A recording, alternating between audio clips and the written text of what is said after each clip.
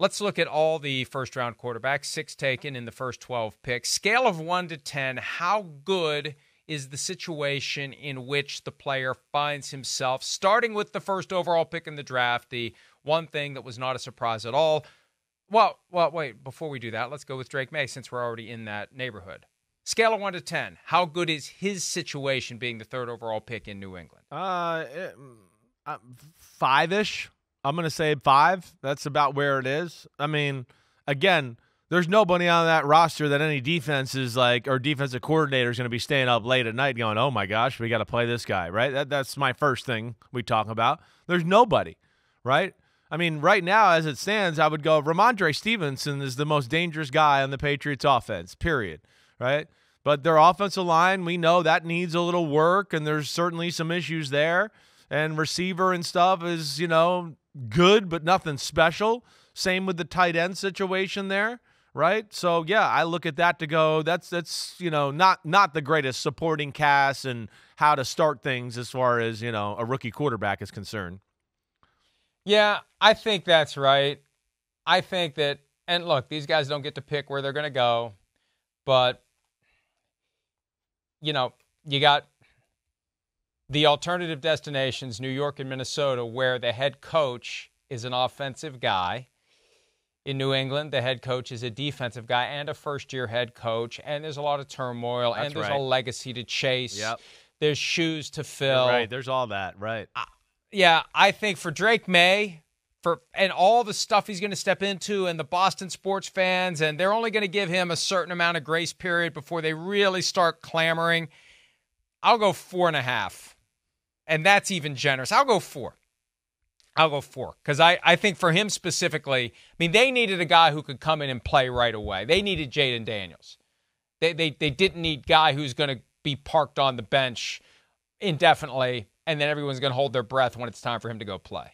No, I would agree with that. But there was something there that they saw that they liked. And again, I think in their perfect world, they would have, and this is what I heard from the start. They liked Drake Maye. They just didn't like him at 3. I think in their perfect world, they would have loved to have traded down and then been able to pick Drake Maye.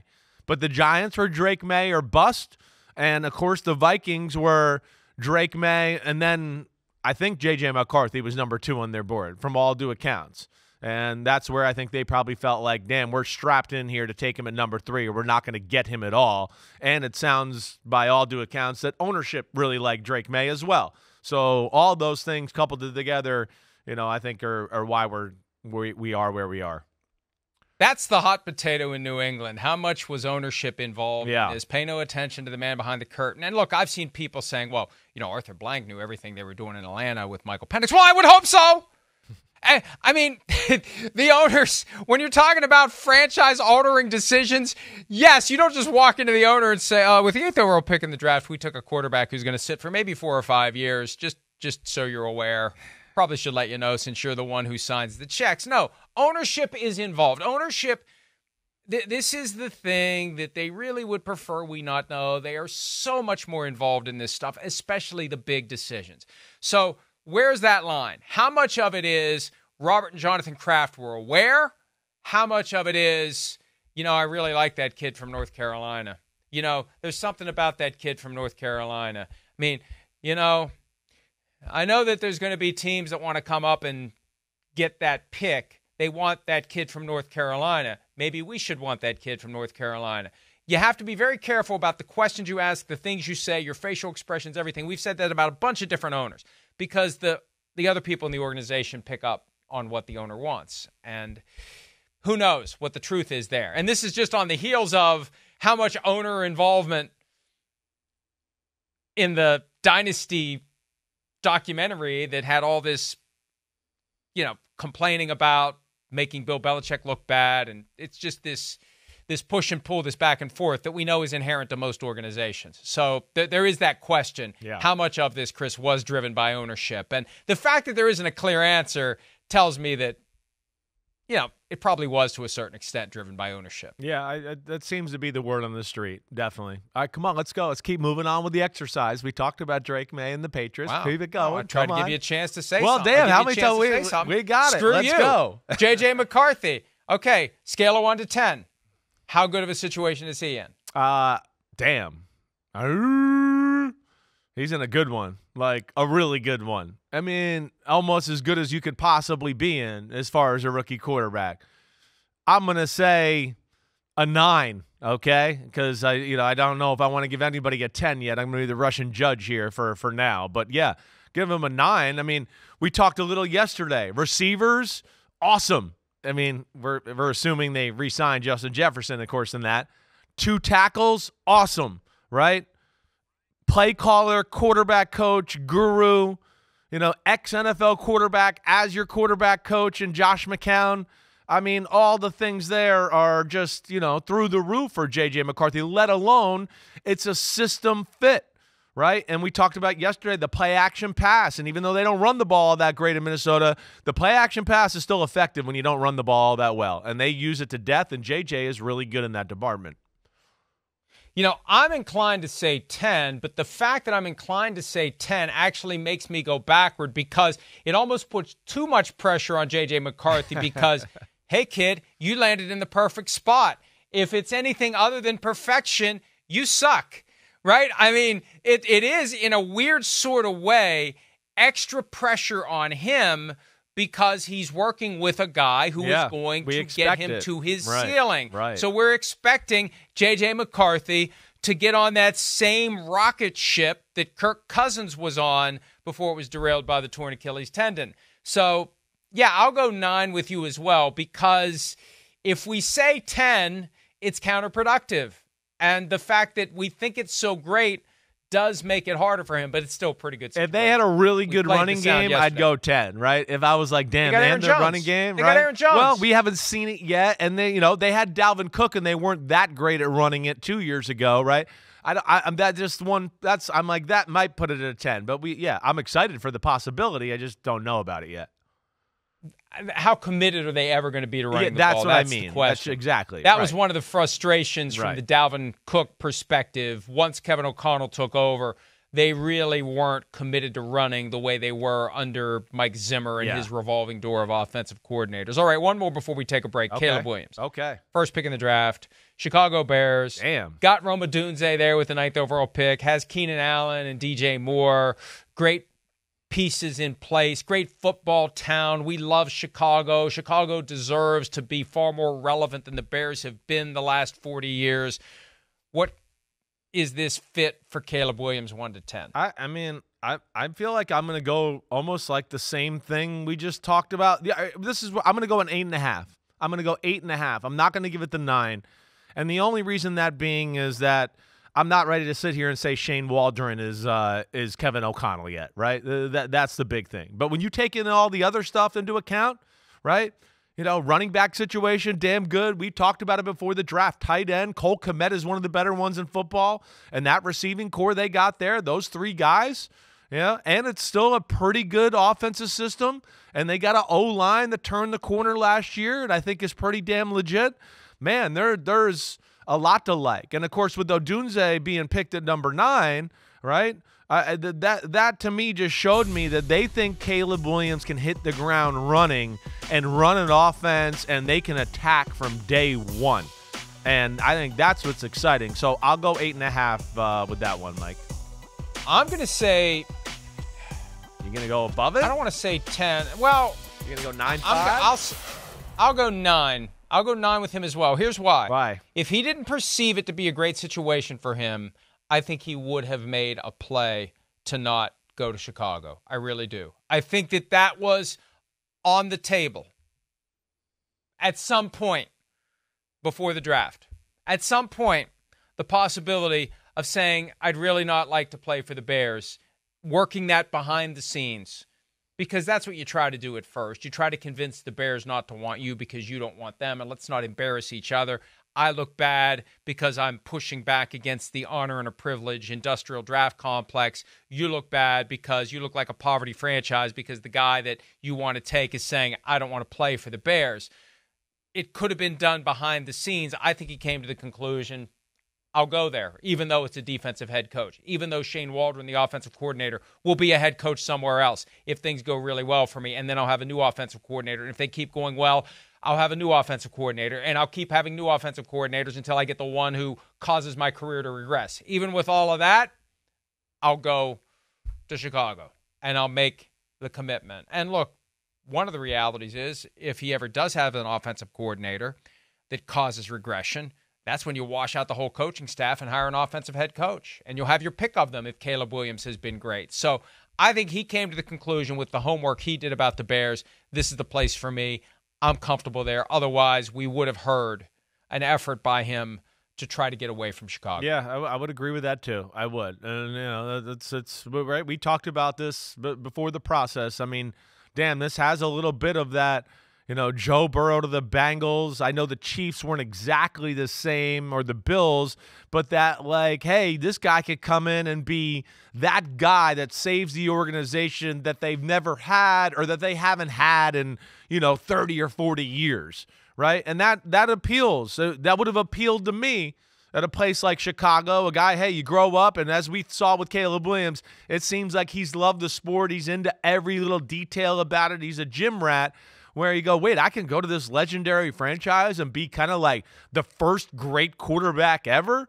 I mean, damn, you look at their stats and things that can be done there, all-time receivers, all-time quarterback yards and all that. Caleb Williams is looking at that and going, damn, I think I could break all these records in 3 or 4 years. So he's got a chance to be a special icon in the city of Chicago, and we know that can be pretty damn cool. I grew up around, an era like that. Hey, Chris, it hasn't been 30 or 40 years. It has been. It's been, for them, it's more. 74 years. They have not had a short-list franchise quarterback since Sid Luckman, who played for the Bears from 1939 until 1950.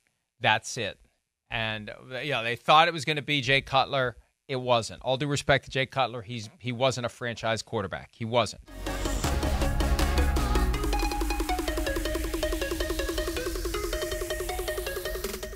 Okay, yes. So Jayden Daniels, there's no way to transition, although maybe he felt like he was shot in the groin when he was drafted by the Commanders if he really wanted to go to the Raiders or somewhere else. Scale of 1 to 10, how good is his situation in Washington? Well, I'm going to go 6.5. Let's say that, right? It's a one, Dan Quinn, I got respect for as a defensive head coach, right? But again, what he does with a young quarterback, I think we can certainly question that to a degree, right? We haven't seen it before, right? There's the Cliff Kingsbury aspect where, hey, we've talked about, we wish the offense would be a little more expansive and things like that, but I still think the offense and what they do will fit Jayden Daniels. That's good. O-line, right? It's just okay. Right? Running game, are they going to have something they can consistently build on there? I don't know, right? The weapons are okay, right? Terry McLaurin is still a top receiver in football. He is in that top 10 conversation. Now, Jahan Dotson, their first-round pick out of Penn State a few years ago, has been a little bit of a disappointment, right? So, there's some good weapons there, but not great weapons there. They got things to work on as a complete football team there in Washington. That's really where I say it's a 6.5. I'll say it's a 6, and Jayden Daniels himself makes it better. His presence makes the situation better. It is not an ideal situation, and I know that Commanders fans don't want to hear that. They want to hear everything's great because Daniel Snyder is gone. Ding dong, the witch is dead. That's fine, but now you go forward. People weren't blown away by the hiring of Dan Quinn. And look, I mean, we're not going to just shake pom-poms and try to be buddies with guys and say, oh, look, it's cool. I text him all the time and we're friends and, we hang out. What the hell's Cliff Kingsbury doing as an offensive coordinator in the NFL? What's he done, Chris? I mean, let's be real about this. And I don't want to be over the top, but it needs to be said. This guy has failed upward his whole career. I mean, he had Patrick Mahomes at Texas Tech, and what did he do with Patrick Mahomes at Texas Tech? And then he's got Kyler Murray, in Arizona, and he gets fired there. And one of the reasons he lasted as long as he did is because he and Murray had the same agent, and they wanted to keep Murray happy, so we better keep Cliff Kingsbury around. And yeah, last year was kind of a step back. He was at USC. Nobody really knew what he did. And then he just landed. And I know offensive coordinator is just this weird culture recently where guys get thrown out from one team and they get safe harbor somewhere else? Like, are there not enough great offensive minds to go around? Are they not willing to try to promote people from some of these other teams that maybe are going to be good? I mean, I don't want it to be overly harsh, but I think it's a common question. How is Cliff Kingsbury the offensive coordinator in Washington? And what is that really going to mean for Jayden Daniels? I don't know. Yeah, I mean, I think it's a fair question, right? You know, we saw success for here. Cliff Kingsbury. Here's the first thing I would say that jumps out to me as the positives, right? You know, there is a system. All right, okay. Even though I don't love it, but there is a system there. And then, of course, I think his charismatic way, the way he can bond with coaches and players, I think coaches like that, and I think a lot of players like that, right? I do. I mean, I've heard Mahomes talk about Cliff Kingsbury in person and all that. You know, I think he thinks the world of him. So there is a little bit of a magic touch Cliff Kingsbury has in that department. Now, the offense itself, I think there's stuff there to like a little bit, right? 2020, I believe, was a top 10 offense. I think 2021 was right around a top 20 offense, Mike. I want to make sure I get this right? But it was dancing around. It was number 8. But even in those years, what was the point? And this is where I think you and I question him. Yeah, year started off great. Offense looked good for 12 weeks or 10 weeks or so. Everybody got to see the offense a little bit. Teams started to get a feel for how they attack. Oh, wait, we're a division team. We playing them again for the second time. And we started to go, where's the wrinkles? Where's the curveballs? Where's the things that keep everybody off their normal bread and butter stuff? We never saw, I think, what bothered us was evolution or, you know, game plan specific zig when you zag or we zag when you think we're zigging. And there wasn't enough answers in that department. And I think that's fair to question with this Cliff Kingsbury thing. I'm with you, Mike, there. I don't think you're wrong to question it at all. At the college level, if you have a good system, you don't have to adjust and adapt as the year goes by because you've got great talent and a system that works. And it just works and it works and it works and it works. In the NFL, it works until it doesn't because they're eventually going to figure out a way to force you away from the things that you're doing so well. Right. And you have to have that built in. And he just didn't. Look, the numbers speak for themselves. 35-40 at Texas Tech. And he had Patrick Mahomes. At the NFL level, 28-38-1. That's a winning percentage of .425. He hasn't been an NFL offensive coordinator, so maybe that's what he's destined to do. I'll give him the benefit of the doubt. Yeah, it's just odd to me. Alex Van Pelt, Ken Dorsey, Cliff Kingsbury. I'm sure there's others I'm missing. Offensive coordinators who got thrown out, and another team just opens the door and says, "We'll take them." And it's like, where's the imagination? Where's the creativity? Where is the, we did our homework and there's this guy who's a position coach here that we think is ready to step up and become, a great offensive coordinator instead of a guy that's already failed in another place. Well, he's learned his lessons. Well, he knows. No, I think that goes back to our old. How I feel about that. Well, it goes back to, I think, our old saying of two. It was like, there's not a quarterback problem in football. I get sick of hearing all that. There's not. There's an offensive coordinator problem, period. That's the problem, right? Ask Mac Jones, ask Sam Darnold, ask Baker Mayfield. They'll tell you all about it. Because those are guys that can be starters, right? Brock Purdy can't tell you all about it because he's like, damn, I just hit the jackpot coming out of college. I'm the man because I got a great support system. That's the problem when it comes down to it. There's just not enough of those guys to differentiate themselves, creative, think outside the box, and do that. And that's where, we have this half of the league that's got good, competent coordinators and this other half that shuffles around guys, and we can't ever find the right people to run our offense. And I think that's a real problem in the NFL. I stepped in that at the Super Bowl in Las Vegas. I do now remember we were in Las Vegas when we had Steve Young on, and I asked him a question that was basically, how would you like to play today with all these great play callers? And he's like, wait a minute, there aren't that many. It's like, you're right. If you're lucky enough to be with one of the few that are great, how would you like to play with them? Because, Yeah, and it is a lot of, I don't know how much of it's good old boy network and who you know and who's representing you, and you're doing your agent a favor and you're part of this bigger machinery. There's a lot of stuff there. You're right. You're right about that. It's disappointing if you're a fan of one of these teams that is getting a recycled coordinator and you're just hoping for a different outcome than what got the guy fired the last time around. Michael Penix Jr. in Atlanta, scale of 1 to 10. How would you rate his situation? I mean, I don't even know how to quantify this really. I mean, as far as it stands right now, a 1. I mean, that's where it is. What's there to talk about?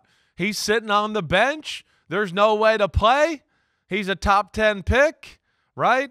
I mean, as it stands for this year right now, but yeah, I mean, there is no if he gets in, we'll see what they got there. They got some talent on that offense. We know the O-line's good, and they got some weapons now on that side of the ball, adding Darnell Mooney. But again, I don't expect to see Michael Penix this year, and it's debatable whether we'll see him in year 2. So, right now, it's not the best situation for Michael Penix. Now, I really want to go absolute extreme and say 10. No, I want to go the other way. I want to go 8. Here's why. Hear me out. This guy's got no pressure whatsoever. No expectations whatsoever. He can come in and learn. And what's going to happen? They're going to have OTAs soon. Who's going to be taking the snaps? Is it going to be, hey, I can throw on a tennis court and I better not try to pitch from a mound, Kirk Cousins with his torn Achilles? Or is Penix going to get all those reps? How much is Penix going to get in training camp? He's going to get a chance to develop at a slower pace, and there isn't going to be that get him out there, get him out there, get him out there vibe. He's going to become very popular in Atlanta behind Kirk Cousins. Even if Kirk Cousins plays well, Michael Penix is this gleaming hope for the future whenever the future comes. I think for now, this is better. Because, look, it's shit for Kirk Cousins. Sorry, Manchester. But it can't be bad for both. It's kind of good for Michael Penix Jr. We're talking about how much pressure Drake Maye is under. Yeah. And, Caleb Williams is going to be under pressure. Michael Penix has no pressure. Michael Penix can learn at his own pace. He can just kind of study. He can sit back. He can strategize. How do I play this? I said earlier in the week, is he the hero? Is he the villain? What is he? He's whatever he wants to be. And he's going to be, especially if Kirk Cousins isn't the guy that he was with Kevin O'Connell last year. Penix is going to become very popular. And maybe when he finally does play, it's going to be like Hail the Conquering Hero, who really didn't conquer anything. He just waited for his number to be called. No, I know. I think this could be good for Michael Penix Listen, Jr. And to a degree, I don't disagree with everything you're saying, but it also can stink for both guys. It can. It can stink for both of them. And yeah, well, what I would say, and just going down to push back with the Michael Penix conversation, right, just to give the other side of that, is go, okay, Atlanta's good. Atlanta was a playoff team last year, except they had the worst quarterback in football on their team. I mean, period, right? I mean, they couldn't throw the ball because they couldn't trust their quarterback. They were a playoff team. There's a good chance they can go to the playoffs this year. Right, Raheem Morris, their defense is good already. It was a top 10-ish defense last year. I would think that continues this year. The O-line is awesome. It's one of the best in football. Bijan, Drake London, Darnell Mooney, all of that. Where I just think it stinks is I go, but there's a good chance here's an older quarterback that'll never, he's going to see his second contract 6 years from now. We could go down that range. Or we can go, damn, Atlanta got in the playoffs this year. Damn, okay, all right, well, Kirk's coming back for year 2. Damn, they're even better in year 2. Holy crap, they're 12-5. Hey, Michael, you're going to be sitting your ass on the bench for year 3. Why were you there now, just so you know. And then we'll see where it goes. So that's where I can't, I know what you're saying, and for the time being, it is no pressure and reps, and it's all that good. But I guess where I think about it is kind of that and the big picture possibilities there.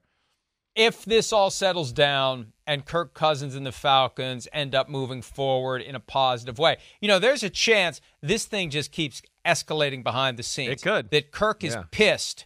And maybe at a certain point, Terry Fontenot and Raheem Morris are like, hey, man, just suck it up. We're paying you $100 million. Shut up and play. And Kirk's like, screw you. I'm not working Tuesdays. you know, we mentioned that possibility, that this either causes Kirk Cousins to act like, you know, red hot poker, or he says, hey, man, I'm out. I'm taking my money and I'm going to enjoy my life. If you guys aren't going to try to do everything you can to win a championship, I'm not either.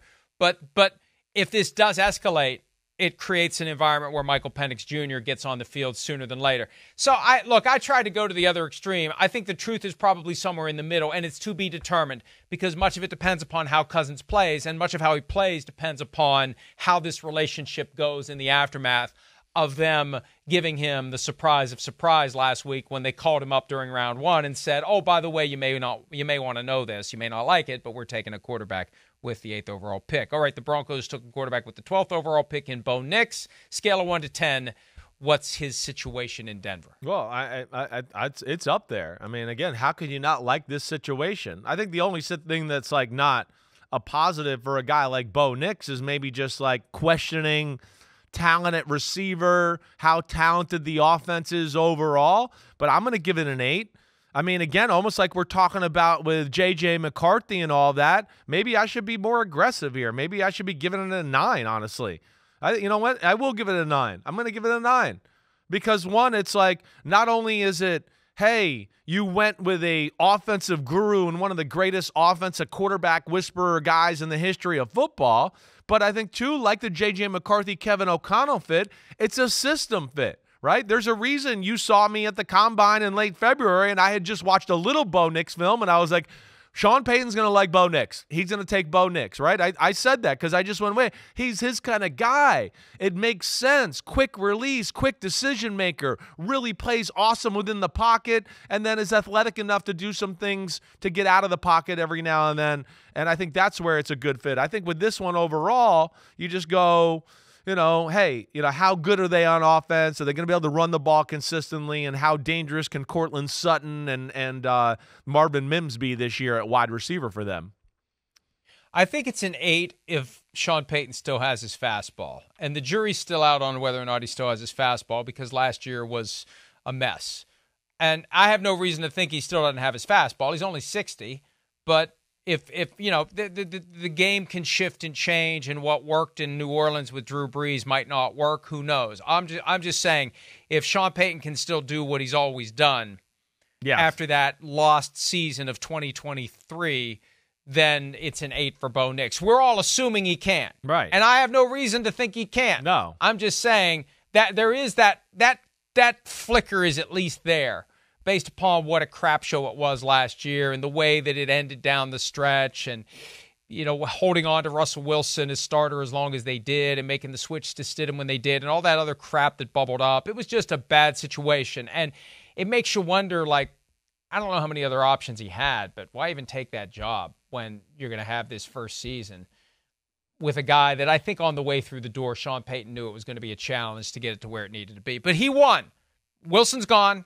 And Peyton's in charge, and Peyton clearly is the guy there, and he has a guy now that he has to take and mold into a Drew Brees style quarterback, and I think he can. That's my only caveat. Yeah, I hear you. The way he did the Jet stuff last year was just weird. You know, yeah, the Jet stuff, right? That makes you think when he said all the stuff, you know, maybe off record, intended, whatever. You know, that certainly. But, like, let's not forget, Russell still threw for 26 touchdowns and 8 interceptions last year. You know, he did turn him around, you know, to a degree and made him look like a starting quarterback again. We just know it wasn't up to Sean Payton's, you know, what he expects out of a starting quarterback and where his offense can go under that quarterback. That's where I don't think he liked that Russell Wilson situation. And that's the thing. If that offense will still work, if you have the right quarterback, he'll have the right quarterback now, so the offense should work. Let's take a break. When we return, A.J. Brown went with the media on Tuesday to discuss being, for now, the highest paid receiver in football. That's next here on PFT Live.